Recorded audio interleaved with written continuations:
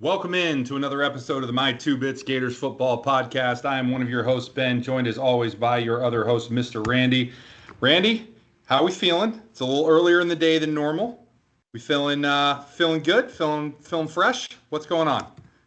Feeling good, my man. It's a little bit warm. That's all right. We're getting over a couple of days of rain. We needed the rain, but happy for an early recording. Still see sunshine. Ready to get into it.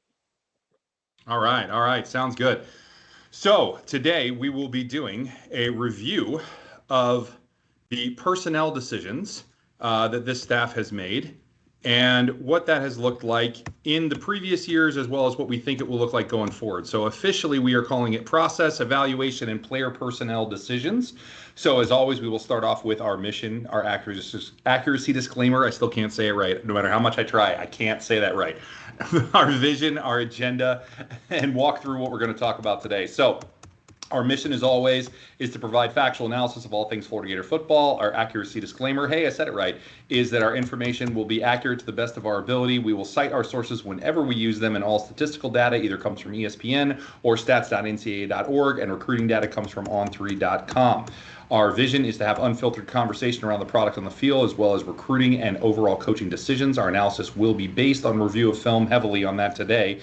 And while we will express opinion, that opinion should always be based in some form of fact. We will also evaluate strategy and tactics and discuss our observation of player personnel decisions, yes, as well as on-field execution. So to that end, our agenda, very short and sweet tonight, or today, and that is going to be that we will look at the personnel/talent evaluation and playing time during Napier's tenure and how that's been handled so far. And then we will also talk about where does the staff have the potential for getting it wrong next season, where do we want to make sure that doesn't happen, right, and discuss some of those positions and where that could come up. So to that end, we will get started, and then from there we'll of course wrap up and sign off. That's it, only 2 dots on this, but we're going to have plenty to talk through here. So to start off here, we want to look at the position groups that we feel were not addressed well in previous seasons, at least to start the year. Maybe it's throughout the year, but for my purposes, it's going to be to start last year, because I think we got a lot of that better as we went along. But certainly we had some issues to start out the year. Randy's going to look at the previous years. He's going to do the 22 and 23 years under Napier and kind of look at where we had some personnel decisions there. So to that end, I will turn it over to you, sir, to get us started. Talk to me about what positions you had issue with. And again, we have not discussed what these are or what we're going to talk about here. So just a little caveat there that I might have some surprises here or be like, oh yeah, I remember that. But yeah, get us started. What are we looking at for 22 and 23 where this staff didn't do such a great job at evaluating who should start? I was going to say, how much time do we have? No, I'm kidding. Yeah, I don't want to start off like that. The interesting thing is, we've had different discussions around, okay, how did so-and-so get on the field? Is this the best we have?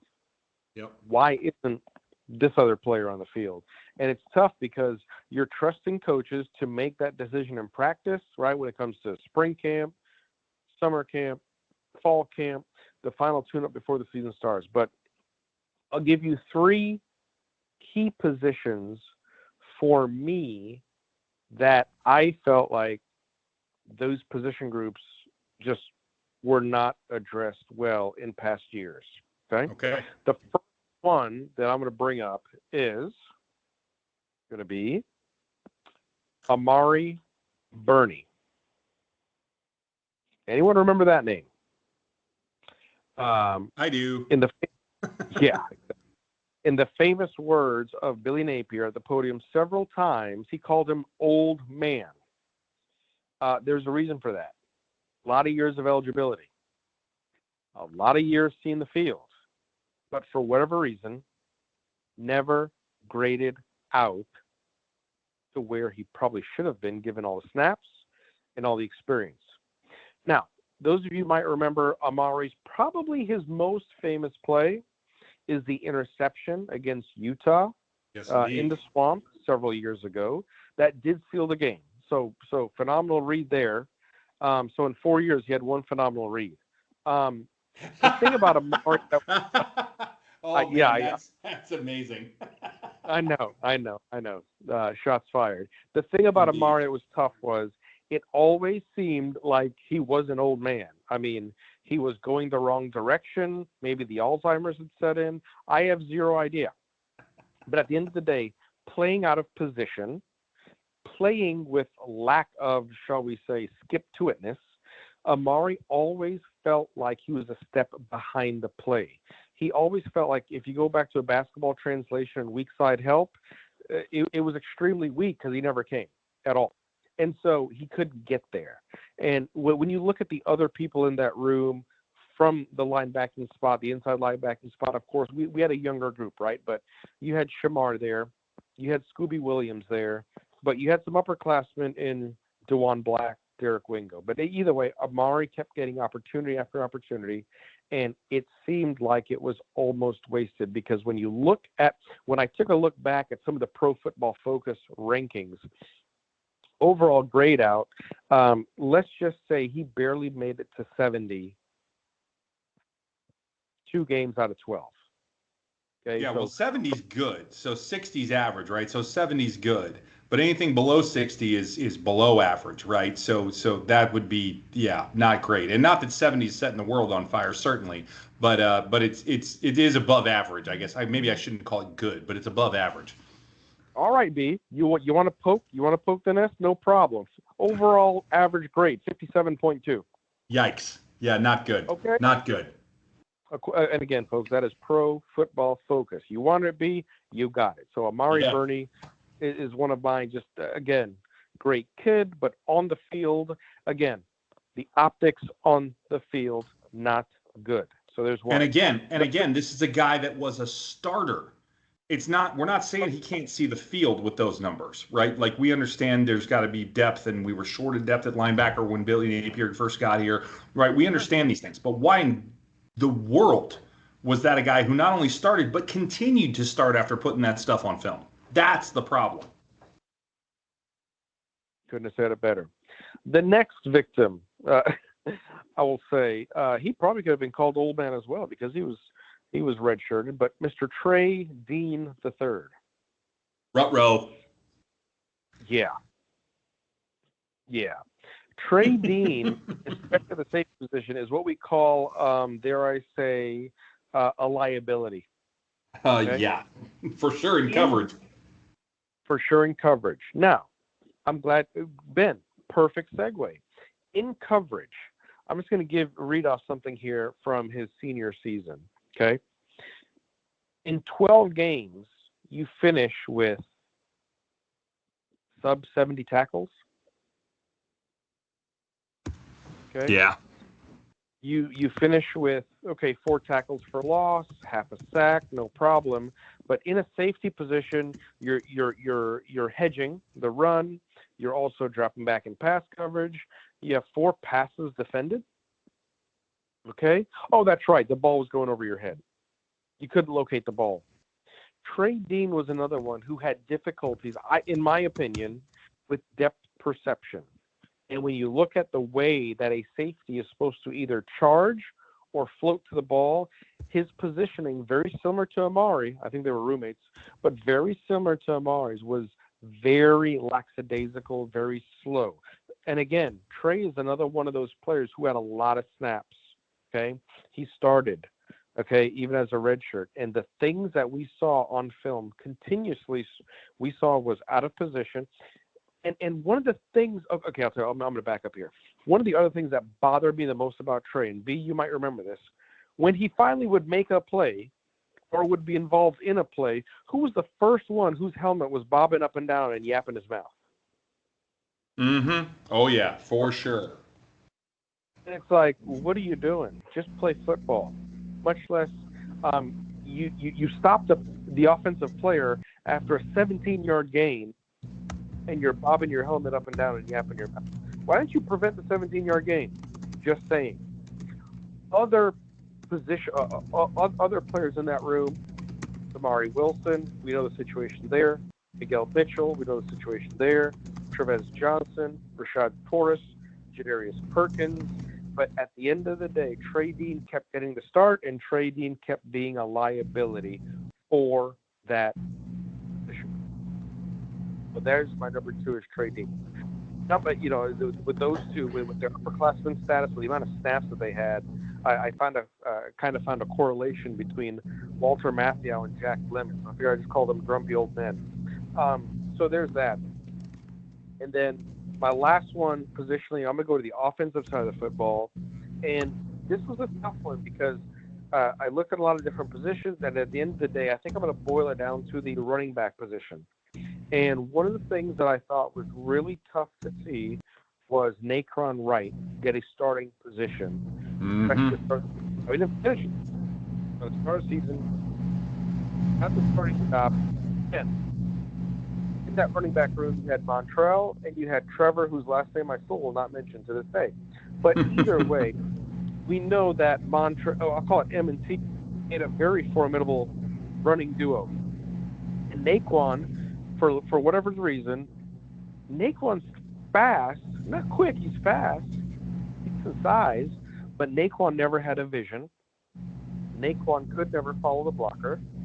Naquan could never reverse pivot and or have that vision to the point where, okay, this hole just got eaten up. I'm going to shift left and I'm going to cut this way. Naquan, for whatever reason, couldn't get into second gear. He was always in first gear, trying to get out of first. Right? And so Naquan, it was tough to see him get the start when you're going, hey, look at the talent we have behind here that can get snap, that has experience outside of Trevor, whose last name I will not mention. But even with Montrell, Naquan White got the majority of snap. Now, to start the season, I will say that did get corrected later on, but it was just tough to see the way it started the season. So, anyways, those are my three that probably jump off the plate as far as what started our reason for doing this topic regarding these positional groupings and how they were selected and why some of these players were on the field. Sorry, B, that probably went a little bit long, but that's all I got. No, I think that's great. So I think when you look at this, you're hitting on the key points, right? It's really an interesting thing. So when we look at these things, and I love that you brought PFF into this. I've got a couple of those as well. I don't have them for every position that I'm going to do, but when we look at this, okay, let's say 2022, 2023. The cupboard was a little bare, right? We know this. This is not, a lot of people are accused of being Napier apologists if they talk about the fact that we didn't have the talent on those rosters. Well, guess what? Whether it's an apologist or not, we didn't have the talent on the roster. That doesn't change the fact, right? So whether we're giving Napier too much of a pass for that or not, that we can debate. But what we can't debate is we did not have super talented rosters in those seasons, right? Period. We just didn't. So when we look at that, I don't have a problem with saying, okay, we could have had some better decisions. We missed a few here, we missed a few there. I think the three that you called out are really, really good. When you look at again PFF grades, right? The Trevor, whose last name shall not be mentioned, graded out at an 81.6 in 2023 when he was on our team. He was the top graded player on our roster for the year. And you started Naquan Wright, over him. Naquan, yep. And then you had Montrell too, who was also excellent. So, like, what are you doing? Literally, what is the thought process there? So, like, that to me is where I'm going. I like Naquan fine, but like, he's not better than Trevor or Montrell. So what are we talking about? So that's what we'll continue to get into. Now, I think with mine, you have less room to make those excuses because last year's roster was more talented. Not as talented as this year's, but more talented nonetheless, right? So this is why we're having this conversation. We want to make sure that we emphasize the point that talent is great, but you have to utilize it properly. You have to put it on the field when and where it matters, right? So these are things that we want to get into and discuss here. So to that end, I want to give a little shout out here to some of the players that I think were very questionable at the start of last year. So I went back and I looked at this game one depth chart for Miami. Not trying to revisit the Miami game, anybody. We all know how that went. But I think maybe some player personnel decisions didn't help us in that game, right? So let's talk about it. Number one, first and foremost, Khalil Jackson, before he got hurt. He was listed as the or starter. He was actually listed first, but he was listed as the or starter for that game with Elijah Badger. Would you like to know what their PFF grades looked like for 23 and 24, respectively? Please be. 57 for Khalil Jackson, so another example of not so hot, versus 81.4 in 2024 for Elijah Badger. What are we doing? Yikes. What are we doing? And clearly you saw on film when you watched Elijah last year that he was a better receiver than K-Jack. I love K-Jack. He's a great kid. Love the third generation legacy. I love all of it. But at the end of the day, if you're not the most talented guy, you don't start. Maybe you don't even see the field, but you damn sure don't start. And that's where the problems are coming into play. So that's example one from 2024. Even though Elijah did, of course, start, it was only because K-Jack got injured. On the depth chart officially, he was an or, right? So there's that. Next, my personal favorite, right tackle, Cam Waits. No. We have talked about this at length about how we don't want to see that happen again this year. It doesn't look like it's going to, which is a good thing. But we started Cam Waits over Crenshaw Dixon. Crenshaw Dixon ended up finishing as a top 10 PFF graded offensive lineman for last season. Top 10. And we started Cam Waits, who couldn't block a wet noodle. I don't know what he was doing out there. He was letting everything by. Absolutely everything. It was ridiculous. So he's a turnstile, and then you have a top 10 PFF offensive tackle. Interesting choice. And by interesting, I mean ridiculous. He did eventually get benched. The staff did get it right as we went further in the season, right? He ended up being a backup and then actually playing pretty sparingly as the season went along, which was the right thing to do because maybe he can play guard. I don't know, but he cannot play tackle. Maybe it's a Damian George situation, right? But he is not going to cut it as an SEC tackle. So that's example two. Example three, this one's a little different. But I went back to that game, and something that caught my eye was Montrell was the starter. Of course, makes sense. We know, even though coming off an injury, he was the starter. Webb was second string. And I don't have any problem with Webb being the second string guy, except he wasn't an or with Baugh or Jackson. Baugh, Jackson, and Katie Daniels were all listed as ors for the third string running back spot.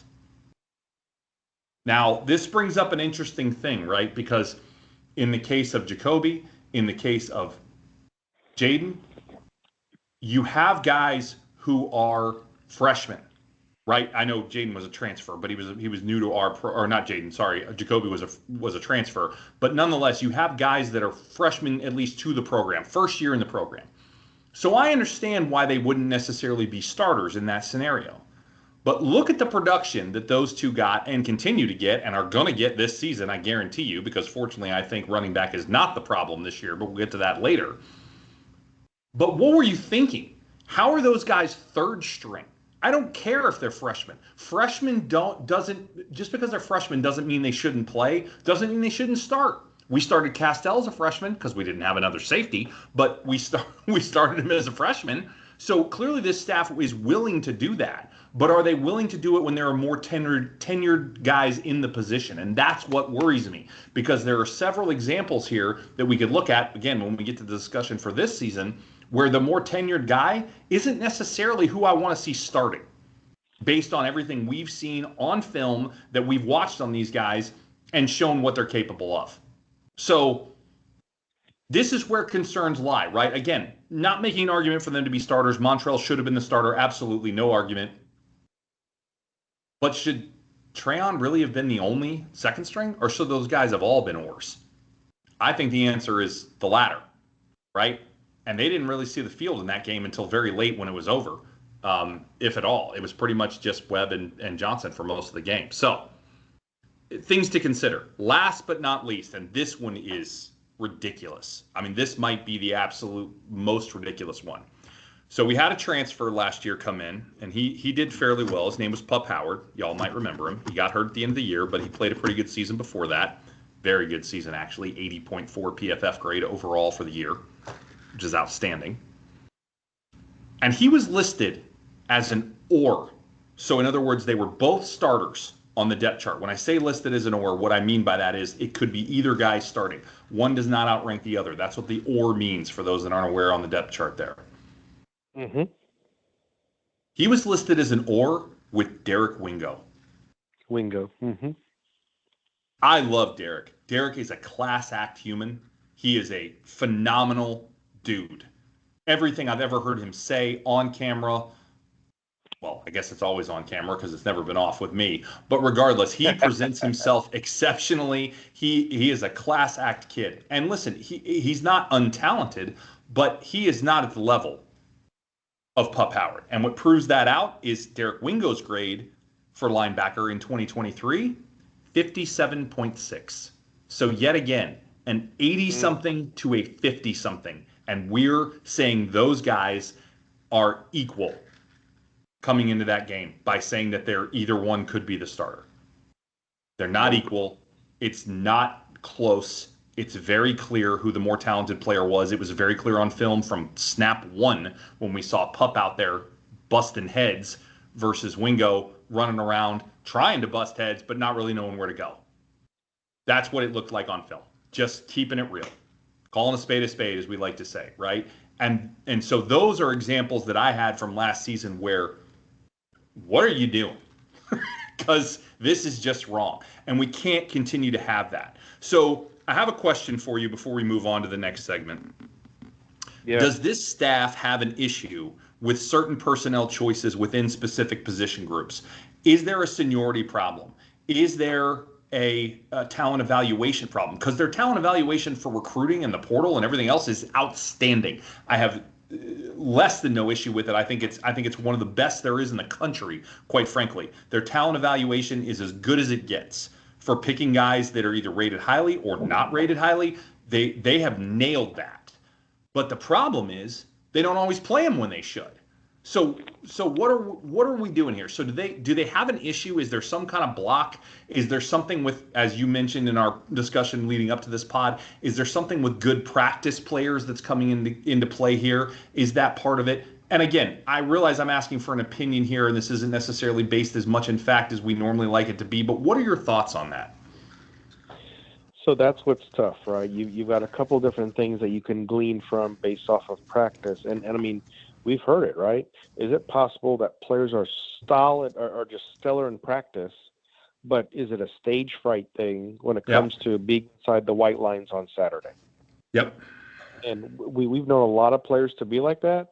We've seen a lot of busts. I mean, let's just be honest. When you look at the talent of some players that we have seen, and in relation to how many draft busts there are in the first round or the top 10 picks, it's just it's an epidemic. It really is. The talent doesn't always say that this is going to lead to this, that, and the other. But at the same time, is that why the coaches have that little thing on the back of their head? Hey, this guy grades out as an 80. 80 PFF, awesome. Going back to Pup Howard. But guess what? He can't read this play well. We need him to do this really, really well. So therefore, we don't have the confidence to put him in like that. I don't know. That's the hard thing to figure out because Agreed. We have no bearing on what that evaluation really looks like. Is it like a vehicle, right? You come in for an 80,000 mile, and you go through a 32-point vehicular inspection. I don't know. That's what's tough. Yep. And then you go back to the Mullen days, and is it a seniority thing? We know it's not a seniority thing because that was proven wrong because of the freshmen that have played the next man up mentality. Yep. So that's been great. So outside of that, unless it's just player, stellar at practice and stage fright or whatever else, or clenched, butt cheeks, I don't know. The cheek check, to quote another football podcast that you may or may not listen to. Good old cheek check. I like that take, and I think you're right. We can't know, right? We're not in the practices. We're not in the staff's heads. We don't know what they're doing or what they're not doing as a part of this evaluation. And maybe there is some thought of, being better practice players. But like, again, the examples that I can bring up here, it becomes very difficult for me to rationalize that when I think about a Naquan Wright starting over a Montrell or a Trevor, right? Yeah. Either one. It's illogical.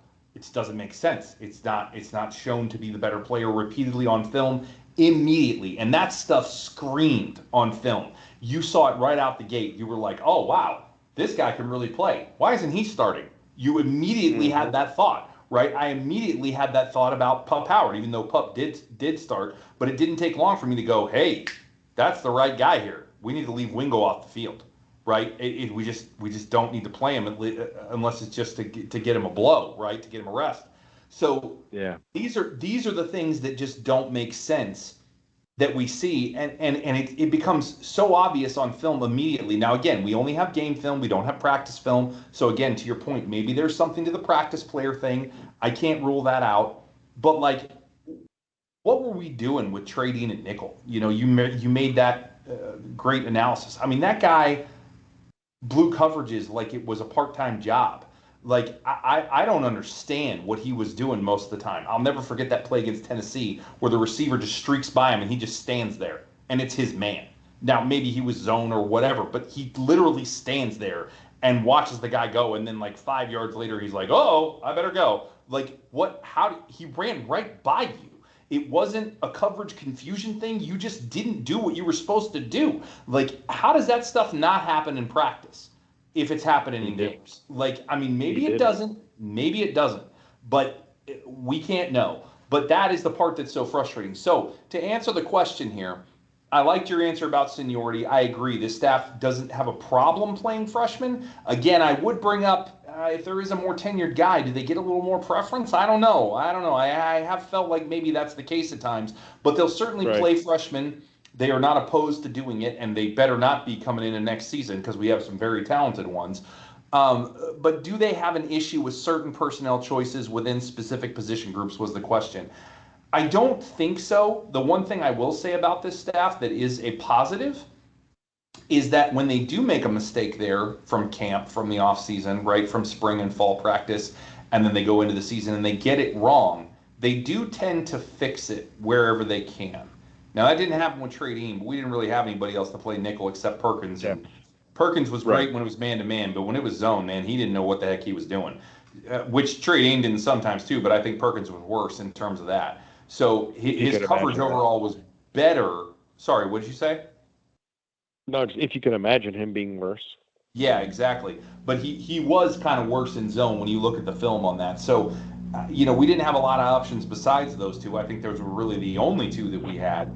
And yeah, it just didn't go our way there. So, to that end, let's move on. Let's talk about where the staff has potential for getting it wrong next season and why we hope and are kind of doing this to say, okay, we'll see what comes out, but this is what we're thinking right now based on what we do know about the different position groups. So first and foremost, QB, running back, majority of the O-line minus one position being right tackle, D-line, and linebacker, we think we're pretty good. So we're not going to go through every player at every one of those positions, but I think we're pretty sewn up on who the starters are already, and I think we know that they're probably going to get most of that right. We don't have too much conversation there. So let's start with the other position groups and kind of work through this and see where we go. So first and foremost, safety should be pretty sewn up. We think it's going to be Castell and Thornton. I think that's probably the right call, right? You got Josiah Davis there with a year under his belt. You got the two freshmen in Gonza Hayward and Drake Stubbs, who I like, but I don't think are probably the best to start, right? We saw Castell out there doing his best as a freshman, but he made a lot of freshman mistakes, right? We don't want that despite the talent level. Certainly those guys can come in and fill in and back up as appropriate, and maybe Asa Turner could play again. We'll see. That's another interesting one. We'll see what happens with Asa, because I forgot about Asa. When I went and looked at that Miami depth chart, I was like, oh, the starter was Asa Turner. Of course it was, right? So So that'll be interesting to see if Asa can come back. I know he applied for that medical red shirt. Haven't heard anything back on that yet. So we'll see if he's able to get back for another year and maybe make the starting rotation or at least part of the rotation. I think it would be good if he was in it somewhere. We'll see about a starter. I don't know. Thornton looked pretty good down the stretch there, and so did Castell finally at the end of the year. Certainly didn't look that good at the beginning of the year. So I think pretty good on safety. Any thoughts on safety there you want to discuss? No, when you look at everything returning, Castell and Thornton, especially Thornton, well, I'm really, really proud of how he finished the season, especially, the main thing I'll refer to as the Ole Miss game. Yes, you can argue that Jackson Dart threw a couple of bad balls, but either way, he was there to catch it, and he was there to pick it, and it was just a phenomenal showing. And I think that was a turning point game for him. Sometimes guys need a career game. Sometimes the guys need a pick-me-up game, and when that happens, it'll elicit some inner confidence that they should have had all along. But I really expect to be turned up this season because of that. Because now it's one of those things where, hey, I did do it. I can do it. It becomes more of a belief ingrained in you, right? So I expect a lot of great things out of that position. And Castells, going back to what we've talked about with Castells over the years, flashes of brilliance, flashes of what are you doing? And last year we saw him kind of retract in an odd way, but then he tried to pull it back towards the end of the season. So I expect more consistency from him this year, being the senior guy in that position and really leading that group. Absolutely. No, I totally agree. And what's crazy is both he and Thornton are still juniors, so they might even have another year. Just depends on how this year goes, obviously. But it's crazy to me that they've been playing for as long as they have, and they're still only juniors. But regardless, I think that's good. And we'll see what that looks like moving forward. But I think we're pretty solid on Castell and Thornton being the starters there. I think they will be, and I think they should be in all likelihood. Again, barring some kind of weird regression like we saw last year. Hopefully that does not happen, and I think we're pretty much on the same page with them being the starters. All right, moving on. Nickel. I think this is probably still Denson and Gates, or Denson or Gates, perhaps, right? Either one starting and kind of, working it positionally for coverage versus run stopping, right? And things of that nature. Assuming, of course, Gates is healthy. You could also potentially see Josiah Davis here play some nickel. I think he's got the ability to do that as well. And then you could potentially see another corner come in there that, one of the freshmen potentially that are coming in, as looking at this. As well, maybe. We'll see. I don't know. I think, again, it's probably Denson or Gates. I think we're good there. And I like those guys. They were both very good in their own respective ways last year. Again, Denson better against the pass, Gates better against the run. But both did a pretty decent job there. And again, I think that's who you'll see as the starters, probably an or situation on the depth chart, and I'm good with that. Any thoughts there? No thoughts. Although I like where you're going. I'm tracking with you. However, I think I'd like to see Josiah more in the nickel spot compared to the safety spot, because I think he can be a really good ball hawk, and not to mention the way that he pivots and the way that I've seen his hips move and his footwork. I think it's more crucial in the nickel position than the safety position, if that makes sense. Yeah, no, absolutely. I agree with you. That's obviously covering the slot receiver there, playing the nickel, and I think that's a position where Inside. Hip movement, foot movement, things of that nature. It's really important to be able to do that. I think Sharif does a good job there, but Sharif often doesn't do a great job in run stopping, and I think that's where Josiah could potentially have the best of both worlds there. So it is something to look at. Certainly, if we see him play some there. We would want to evaluate that on film. We've only seen it sparingly and haven't really gotten a lot of tape to look at. It's only been kind of garbage time that we've seen him there. So definitely something we want to evaluate moving forward. But yeah, it's something to look at for sure. But overall, I think even if it is Denson and Gates, which I think it will be, I'm okay with that.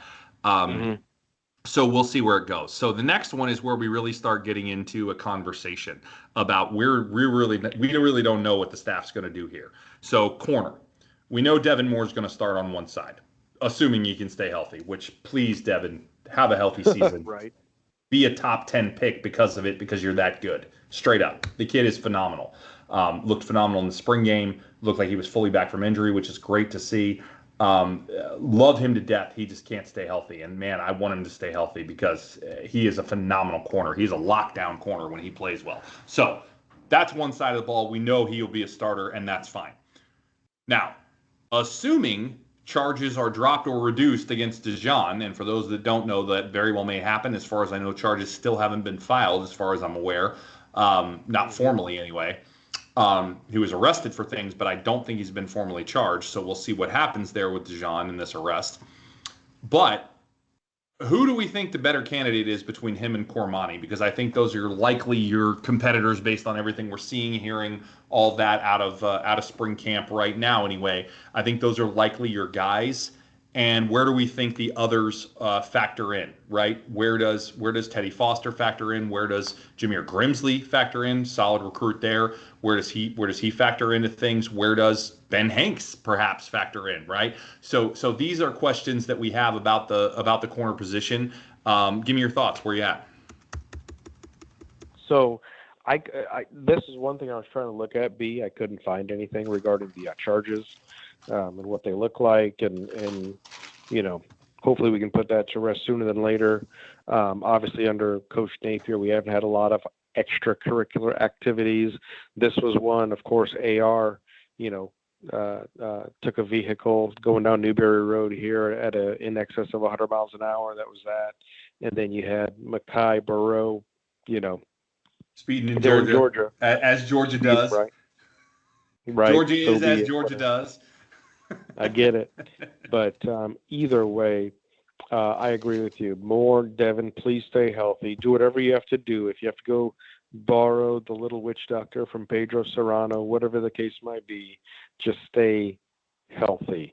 Because I agree, he is Jason Marshall level esque, and if not more, because of the I way think he if can not track the more. ball. And for the record, the Major League reference is phenomenal. Just got to throw that out there. That's outstanding for those that don't know Major League or Major League Two, either one. Outstanding stuff. Love it. Well, and that's the other thing too, right? Look at Moore when he wears the headband. You look at his hair, his afro is all. It looks like the little witch doctor and a little doll in Pedro's locker. But anyways, um, that's what I think of. But yeah, he can stay healthy. That'd be phenomenal. Dijon, we'll see. Cormani, obviously, we know the conditioning is there. Boulders for shoulders. Putting on what 20, 25 pounds. Yeah, something Cormani like can do that. some great things. He's very athletic, but can he adapt to this system and play within the system? We did see him get beat really bad at Texas. I know we were depleted, right, at Texas, but he had a bad game at Texas, turned around with another bad game back to back. So that was Can what it we can was. we just bring him in every time we want to play press man and take him out every time we don't? Because if we do I was that, I gonna think say, that's the perfect personnel decision. Because him and press press man, man, he's disgusting. But that everything is your else, man. he's sus. Period. That is your man, right? So hopefully he's rounded out his game as far as in coverage goes, being able to cheat and see where the ball head on the swivel, all those things. But yeah, press man, that's I mean, if he had one assignment, talk about doing your job, that would be his job. Tell you what, Foster, I expect big. It's funny you commented on Foster and Grimsley and obviously we know Hanks legacy player, but besides that, had a phenomenal spring game. He can be a ball, but I expect big things out of Teddy Foster this fall. I really think he Interesting. could be Okay. that one to insert in that quarterback position and make a name for himself. Not saying it's a contract here, but I'm saying Teddy could be that emerging force that we need because knowing how depleted, God forbid something happens to Moore, I mean, we're already depleted at the position, and depending on what happens with Dijon. So I would expect big things out of Teddy this year. Hopefully he sees the opportunity that he has to work really hard and hopefully be integrated into that role depending on what happens with the formidable starters, Moore and Johnson, to start the season. So give me your two deep for both sides of the field. Give me your starters, give me your backups. Game one, based on what we know, which again, we have no fall camp intel coming yet. Obviously, that hasn't happened yet. Based on where we're at through the spring, what we've seen, what we saw in the spring game, and I left out Michael Caraway as well. That's obviously another option there for corner. What's your two deep at both sides of the field right now So here's today, based on what we've seen so far? we didn't see that much on Caraway. And Caraway, for those of you who remember, transfer, right? So Yep. that is what it is. But based off of that, it's got to be Moore and Johnson, and Yeah, I think then so too. either Cormani and Foster or Caraway and Cormani, depending on how Caraway has progressed in this system. Because I think the hardest thing. So here's the thing about Caraway. He's a redshirt senior. He's got snaps. Okay, Yep. he's got scar tissue. He's been around a time or two, so he's seen a thing or two. So hopefully with that, he's going to be able to adapt to Big Papa Ron's system. However, we just don't have a lot of film on him, so I really can't make an assumption out of that. Outside of the fact of he's played a lot of ball, he's got a lot of snaps. But again, what we mentioned earlier, the seniority doesn't always mean everything. Yeah, I agree, and I like your take there. I think I'd like to see Dijon, assuming, of course, that this doesn't, boil into anything bigger. But I think I'd like to see Dijon and Devin and Caraway and Cormani. We'll do the D's and the C's, right? So mixing There you up go. first name and last name, of course. But yeah, I think that's your two deep. Don't rule out Ben Hanks, man. That kid can play. I would not be mad at all if he was on the two deep. I think likely he's third string right now, but man, if we suffer injuries at corner like we did last season, which God forbid, I don't want to see it, but if we do, Yep. I feel pretty good about the depth of that room this year. I feel better about the depth of that room than I did last year. We're not going to have to take a safety 100%. and bring him over to corner like we did last year with Triquez, right? That's not going to happen. Which is great. That's really great to hear. We have some pretty deep talent in that room. I feel pretty good about it, so that's a good thing. All right, moving on. Um, we have wide receiver next. Should we save that? Should we make that last? I feel like we kind of should. Let's make that last. I We'll am get more there in a of it. minute. Okay, leaving it last and closing off with a bang. Yeah. Yeah. So let's bang out some of these easier ones first. So right tackle, we mentioned most of the O line is solid. We have returning starters. I think we're going to be fine there. I don't have concerns. In fact, I'm pretty optimistic about the four. Right in Barber, Najee Harris, of course Jake Slaughter, and Damian George. So those are your four starters that I think are locks. The question is right tackle. Now, we saw Bryce Lovett play on the first team in the spring game, and he looked pretty good out there. I also don't have a problem with Caden Jones potentially coming in, right? That's another potential guy who can play right tackle. He was actually listed as I think the second or third string in the Miami game last season. So Caden Jones would be fine as well. However, what I don't want to see is Cam Waits on the depth chart as anything above third string. I don't want to see it. I don't want to see it at right tackle. So this is my concern. That's really all I got there. I'm pretty happy with Lovett. I think he's likely going to be the starter based on how things are projecting. I like that. I think he's solid. Still a younger kid. He's only a redshirt sophomore, or is he a true sophomore? Or a redshirt freshman. Might be a redshirt freshman, actually. I have to go back and look at the class. He's either I think he redshirted for sure. So I think he's either a redshirt freshman or a redshirt sophomore. But either way, still a little on the younger side.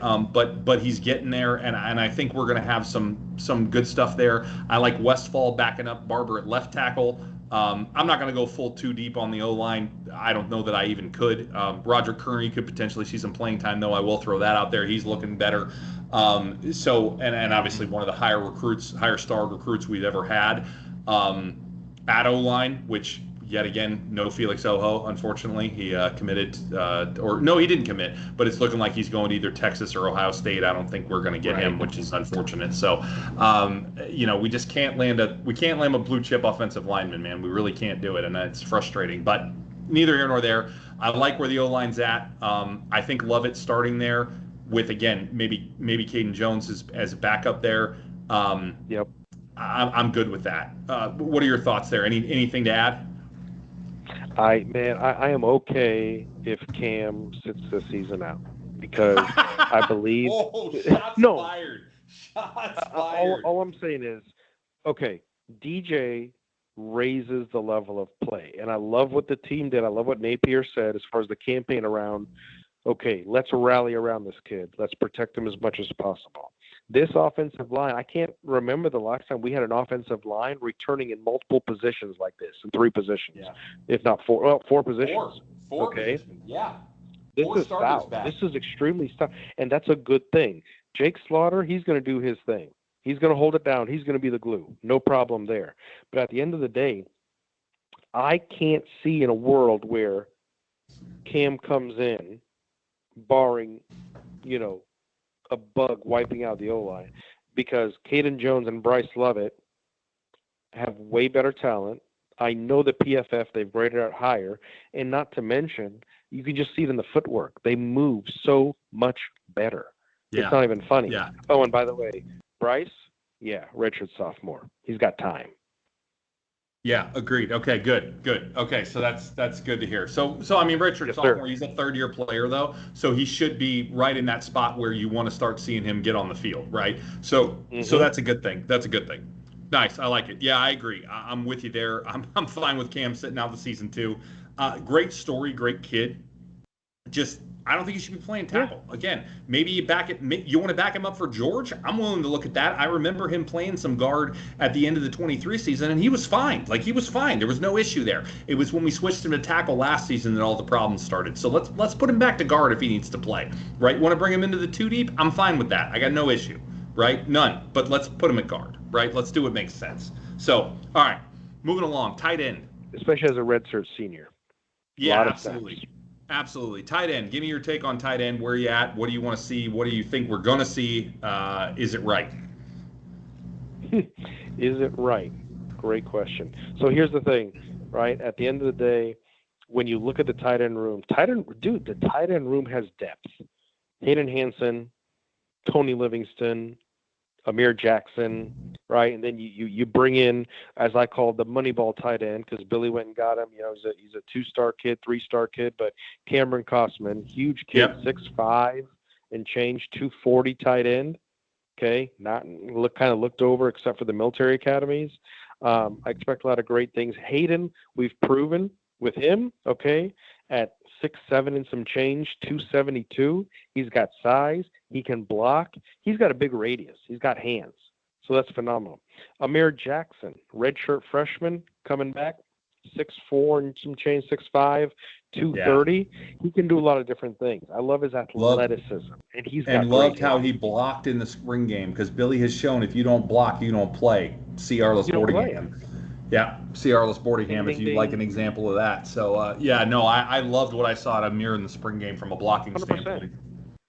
Exactly. And so if we can use that physical, if these guys, Hayden and Amir set the tone, the physical tone that we need to have, that like we know great Gator teams in the past have had with the blocking schemes, they're going to set it, they're going to do it. And then coming off of that is going to be Tony Livingston.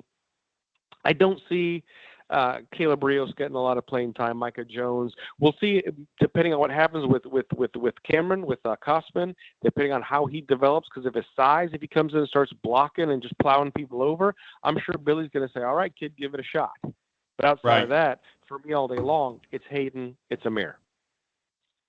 As your starters, Hayden and Amir?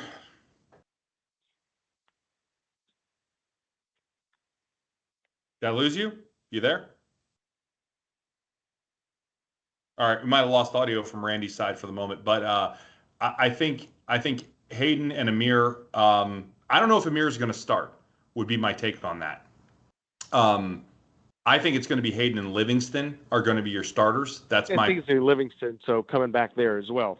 There we go. Got your audio back. That's good. Yeah, I think Hayden and Livingston are likely your starters, but I want to see Amir get snaps, man. From seeing his blocking in the spring game and how well he did that, I want to see him get snaps, because obviously he's the best receiving threat we have on the team. So I definitely want to see him get snaps, and if he can block better than Arliss, then he ought to get out there and get some blocking reps, and then also get some potential receptions, which would be a good thing, especially if we run the 12 personnel as much as we like to do. Whole other conversation that we're about to get to. So, last but not least, wide receiver. Let's talk about it. So this is probably the position group that we are most loaded at. This or running back. But realistically, when you look at it, the nice thing about wide receiver is you can play a lot of guys on the field at the same time if you run some 10 or 00 personnel. You can put 4 or 5 wide receivers out there. We don't ever do that, but we can. It's possible. And again, we're going to hold on to hope, or I'm going to hold on to hope, from the comments of one Mr. Russ Callaway, and say that, okay, we might see some things besides just 11 or 12 personnel next year. Let's hope so. And let's hope he didn't mean 13 personnel, which is 3 tight ends and 1 running back, by the way. I don't think he did. I think he meant that we're going to see some 4 and 5 wide receiver formations. I don't know about 5, but maybe we'll get 4. And that's going to be really important because when we look at this, your obvious starters are going to be, well, I say obvious. You have 2 obvious starters. It's going to be Trey Wilson and Jermichael Sturdivant. Those are going to be your 1 and 2 for sure.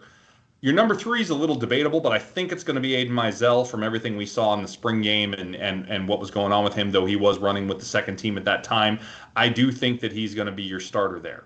Vernell Brown technically ran with the starters in the spring game. Be interested to see if he ends up starting. If he does, hey, I'm okay with that. I don't have objection because I think he's great. But the key thing is here, do we see Vernell? Do we see Dallas Wilson?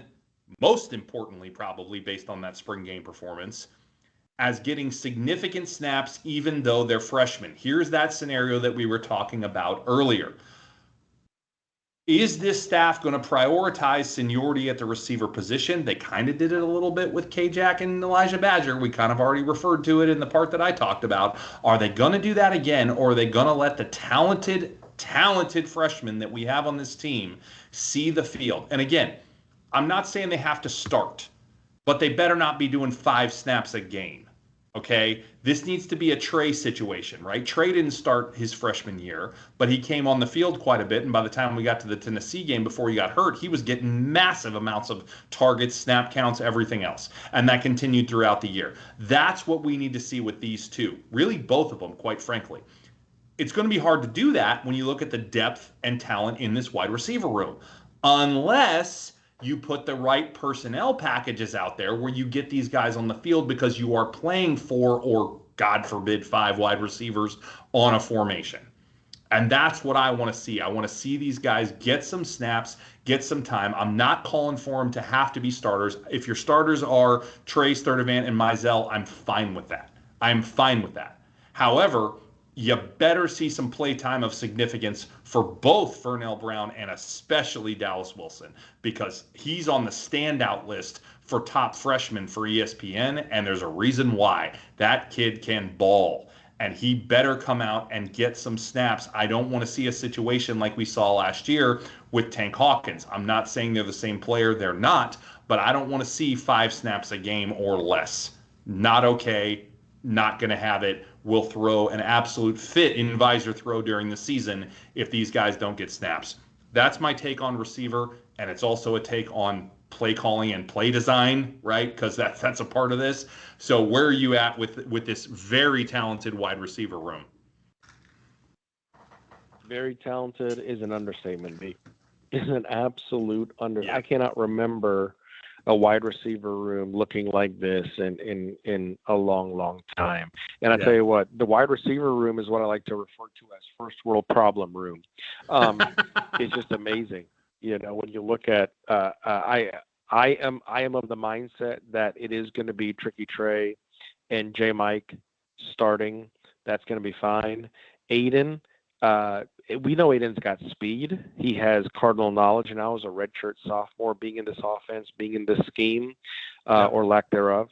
So it's one of those things where, you know, Aiden's twitchy, but Aiden is also extreme. I mean, Aiden's what, 6'2", 6'1", and some change, $172. So can he stay? Can the lower body stay healthy? Worried about that. We know Trey bulked up after hip surgery. He bulked up. He should be just fine. Vernell, he's like 190 now, right? Whom? I think Trey's like 190 now, right? Yeah, I want to say Trey is somewhere in the vicinity of 190 to 195. I mean, he just looks so dangerous. And you know, he does. Mission, right? He does. I wish we could have seen him in the spring game. I'm sorry we didn't. But yeah, going back to where you were going next, which is Jermichael Sturdivant's what 6'2.5", 6'3.5". I don't remember which one, and like 205, 207. Well, according to a couple of weeks ago, he's listed at 216. Wow! So putting on some weight in the off season, that's awesome, right? So It's possible. And so, Vernell, we'll see what happens with Vernell. Vernell's a little bit undersized, which is okay, right? At 5'11" and some change, a buck 75. Yeah, But but you want to talk twitchy though. You want to talk twitchy. extremely Hoo-wee. twitchy, right? But if you want the what I would like to call the raw on Dallas Wilson, just go back to the spring game. Just go back to the spring game. This dude has to be on the field. I don't Agreed. care if it's, you know what, 00 personnel would be great. Something else, the Wilson and Wilson package would be great, right? All Wilson. I don't care, but this dude needs to see the field, period, Billy. Period. Yeah. Billy Napes. Let's go. Mr. Callaway, let's go. A tank, we know he's got speed. We know that, right? Sitting at 5'10", 5'10 and a half, about 170, right? We know he's got speed, but again, as far as the route running and everything else, and then Khalil Kajak, we love him, like you said, we love him, but we'll see how he comes back from ACL. But if anything, he's a decoy in this scheme, Yeah. right? Agreed. Yeah. Honestly, if he's on the third level, if he's back on the roster as a starter, I'm gonna break stuff. Like that can't happen. That cannot happen. Big question mark there as a starter. Oh, he cannot be a starter. I don't care. There's way too much talent in this room for him to be a starter. Period. End of conversation. I mean, you might as well make Spirito a starter at this point. I like Tyler. Whoa. I do. He's a good kid. He seems to getting transferred over from a preferred walk on to a scholarship player. I believe either this season or last season. Great kid, great story, all that stuff. Not a starter in this offense. Period. And frankly, not a second string guy anymore in this wide receiver room. There is way too much talent in there for him to be playing second string. And he did play it during the spring game, but that I think is because of some concerns with. And again, maybe Vernell was the starter because Trey didn't play. That's probably the case. Actually, now that I think about it, Vernell is probably your second to Trey in that slot position. And then you got your X and Y with Sturdivant, and again, maybe Mizell, maybe Wilson, kind of interchangeable there. Again, probably want to see Wilson. Again, no disrespect to Aiden, but Wilson's just meaning Dallas Wilson is just too good. He's just too good, and he's got to see the field. I love your point there. So, but again, if we put 4 and 5 wide receiver personnel sets out there, we don't have to worry about this as much. Hey, how about that? What a concept. What a concept. What a crazy idea in a modern college football offense to run 4 or 5 wideouts. Can it be done? Can it happen? In other words, can it occur? All I'm saying is, North Dakota State, they run. I mean, maybe we need their offensive coordinator. Just saying. I don't know, man. But yeah. So there's your there's your thoughts on wide receiver. I think obviously probably one of the most contentious ones we're going to have. One of the ones we're going to have the most issue with. I think looking into this because I think we're likely not going to see some snaps for some guys that we need to see more snaps for. That we're going to see pop on film when they do play, and we're going to be like, why isn't he out there either starting or getting significant rotation? I think this staff has not done well there. They've recruited extensively well, but they haven't done a great job of putting the best players on the field when they should, and that's something we hope gets cleaned up this season. Maybe Russ having more of an influence with his air raid background helps that. We will see. Fingers crossed. All we can do is hope right now, but I'm not super optimistic that we get what we want there, at least right now. Time will tell. We will find out, but that's got concerns for me for sure. So I think that probably pretty much wraps it up. Any other thoughts before we close out here? No, I think the only thing I'm going to say is a really good conversation on this. It's really tough when you're trying to analyze players and positions and everything, and I think we might have said it before, but I cannot reiterate and iterate enough. On paper, this roster screams. And can we put them in the right places, in the right positions, in the right scheme to succeed and do everything that they are capable of? That is I think out of everything this fall, that's probably the biggest pressure that this coaching staff is going to have. Just saying. Yeah, no, I think that's the question. I think that's the question coming out here. What do we do? What do we do to maximize the talent on the field, right? We've talked about this time and time and time again and how Napier has not done this. What do we do to do a better job of that this season? Because now the talent is so thick at multiple different positions. We have got to do a great job of maximizing that, whether that's getting snaps to the right guys, whether that's prioritizing the right guys to start versus to not, right? All of those things really do play a part in what we're looking at here, and I think it's something where we have got to make the right decisions there.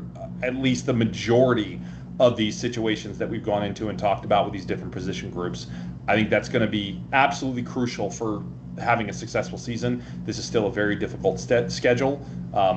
In some ways, it might be more difficult than last year. We'll talk about that in another pod upcoming. But ultimately, there are some tough games we are going to play here, and we have got to find a way to maximize what we're putting on the field to give ourselves the best chance to win. And if we don't do that, then we are still in the same boat we've been in, and I will still stick to my guns that Napier is not the answer here, despite a lot of the things he does well. There are certain things he does very wrong, and that is just debilitating. So hopefully that does not continue to be the case. Again, I am holding out hope with Callaway's promotion that we get some stuff on the offensive side of the ball particularly.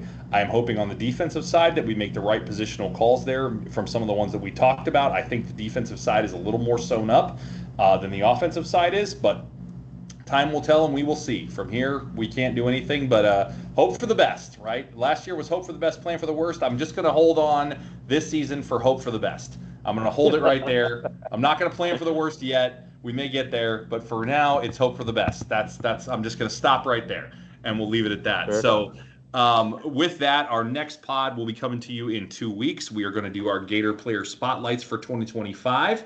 We did this last year for 2024. We're going to do it again for this season. So we'll be bringing you that on May 27th. So that will be our next recording.